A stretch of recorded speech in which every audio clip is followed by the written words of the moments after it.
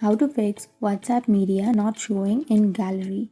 So if you want to fix your WhatsApp media which is not showing in your gallery, then first open up your WhatsApp application, go for the three dots which is on the upper right, go for settings, and now go for storage and data. And under that, here you will have media auto download option on the bottom right. So under that you need to simply choose when using mobile data and then choose photos and tap on OK.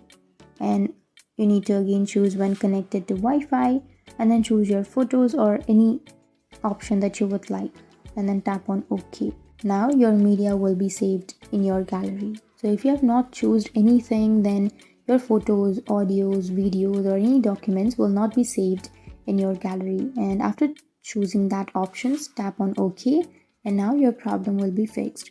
So that's how you fix your WhatsApp media not showing in gallery. And if you have any questions, feel free to comment below. Thanks for watching.